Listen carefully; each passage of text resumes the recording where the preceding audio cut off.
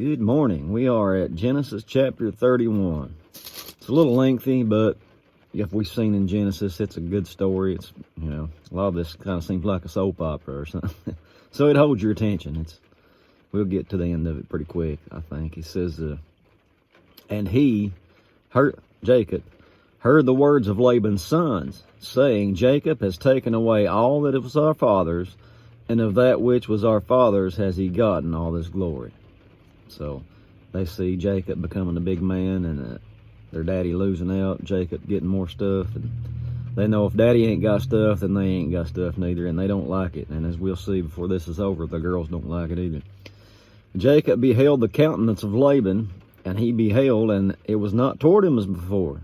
And Laban's a little off-putting too. Isn't that funny how that when God was blessing Laban because of Jacob, he was all for him, wasn't he? And then now that he's kind of losing out, it works out that way quite a bit, doesn't it? If you can do something for somebody, they love you. The second you ain't doing it no more, they just up and gone. Seems to work out that way a lot. But he says, the Lord says unto Jacob, all right, God's getting involved now. He says, return unto the land of your fathers, unto your kindred, and I will be with you. And Jacob sent and called Rachel and Leah to the field unto his flock, and said unto them, I see your father's countenance, that it is not toward me as before, but the God of my father has been with me. And you know that with all my power I have served your father, and your father has deceived me, and changed my wages 10 times, but God suffered him not to hurt me. If he said thus, the speckled shall be thy wages, then all the cattle bear speckled. And if he said thus, the ring streak shall be thy hire, then bear all the cattle ring streaked. Remember all that stuff was going on? We're going to see it's actually the Lord telling him how to do that. He got it, and I think he says he got it in a dream here or something. But anyway, it says, thus God has taken away the cattle of your father and given them to me. And it came to pass at the time that the cattle conceived, that I lifted up mine eyes, and I saw in a dream, here it is, and behold, the rams which leaped upon the cattle were ring-streaked, speckled, and grizzled. And the angel of God spake unto me in a dream, saying, Jacob, and I said, Here am I. And he said, Lift up now your eyes, and see, all the rams which leap upon the cattle are ring-streaked, speckled, and grizzled, for I have seen all that Laban does unto you. I am the God of Bethel, where you anointed the pillar. And you vowed a vow unto me. Now arise, get thee out of this land, and return to the land of your kindred. And Rachel and Leah answered and said unto him, Is there yet any portion of inheritance for us in our father's house? Their husbands got all this stuff. I don't get it with a lot of this stuff. You see this all the time too, when somebody, especially when somebody had a lot and they got 2 or 3 kids and they die. It's a fight every time. And then you'll notice a lot of times there'll be one in particular that's usually got a lot, and the rest of them's kind of just barely getting by. It seems like that one that's got the most is the one that wants it all, isn't it? I don't know about people. Anyway, they pretty much say, well, he ain't got nothing left to give us. You go ahead and do what you got to do. That's their reasoning. Rachel and Leah, that is. It says, are not we counted of him strangers? He sold us and has quite devoured also our money. For all the riches which God has taken from our father, that is ours, and our children's. Now then, whatsoever God has said unto you, do. Then Jacob rose up, and his sons and his wives upon the camels, and he carried away all his cattle, all his goods which he had gotten, the cattle of his getting, which he had gotten in Paddan Aram, for to go to Isaac his father in the land of Canaan. And Laban went to shear his sheep, and Rachel had stolen the images that were her father's, images, idols of false gods. Remember, he's a Syrian. That whole clan is. It says, and Jacob stole away unawares to Laban the Syrian, in that he told him not that he fled, so he kind of just sneaks off.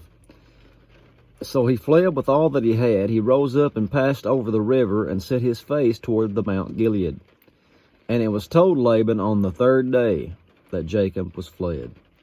So, Jacob's got this whole convoy going, and Laban's taken out after him. Even though he's got a 3-day head start, Laban can move a lot faster because he ain't got all that stuff. So he overtakes him, it says here in the 7th day. Let's see.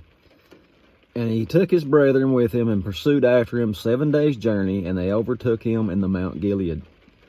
And God came to Laban the Syrian in a dream by night. So God intervenes again and says unto him, Take heed that you speak not to Jacob either good or bad. Then Laban overtook Jacob. Now Jacob had pitched his tent in the mount, and Laban with his brethren pitched in the mount of Gilead.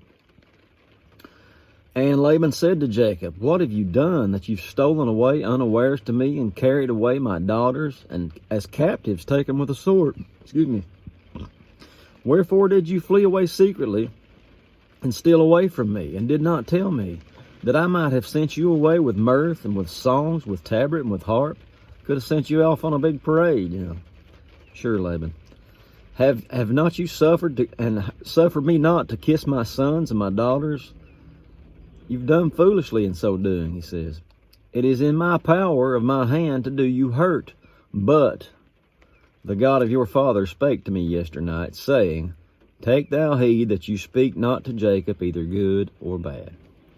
And now, though thou wouldst needs be gone, because you sore longed after your father's house, wherefore, why have you stolen my gods?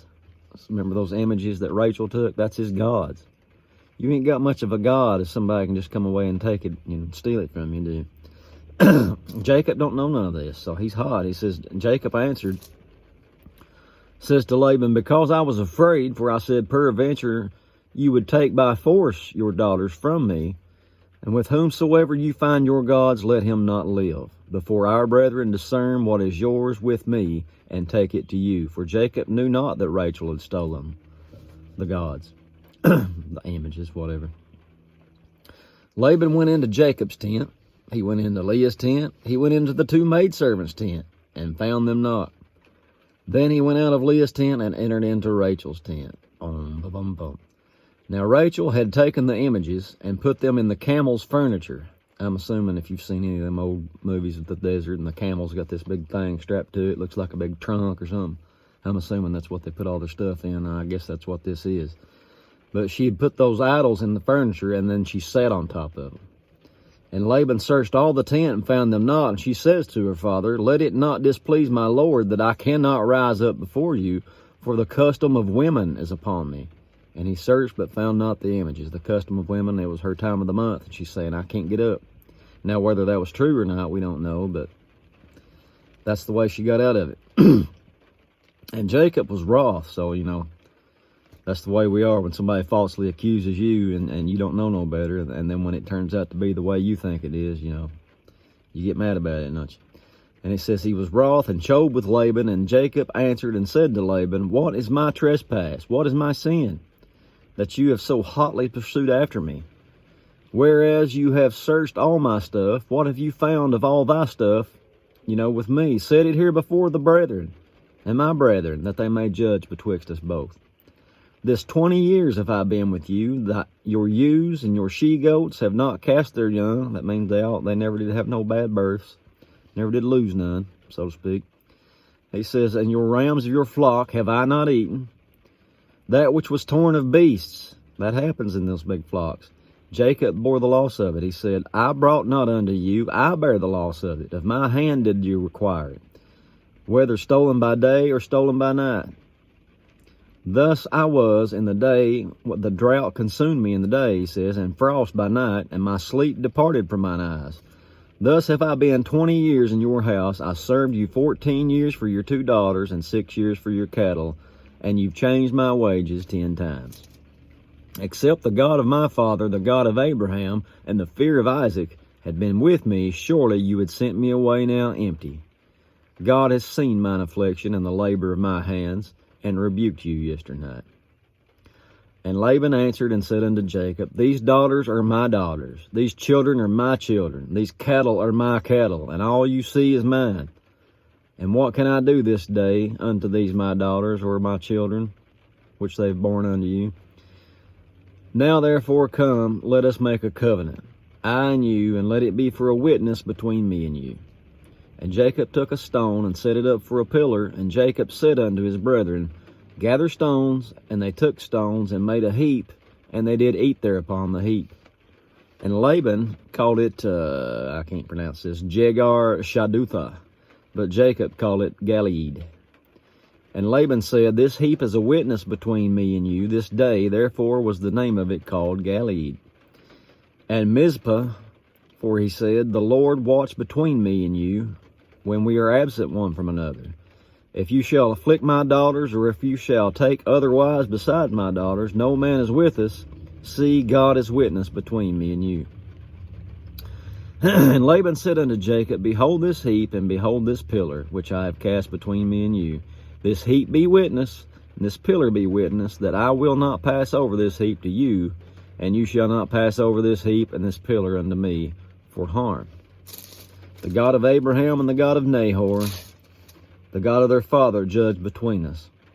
And Jacob sware by the fear of his father Isaac. Then Jacob offered sacrifice upon the mount, and called his brethren to eat bread, and they did eat bread, and tarried all night in the mount.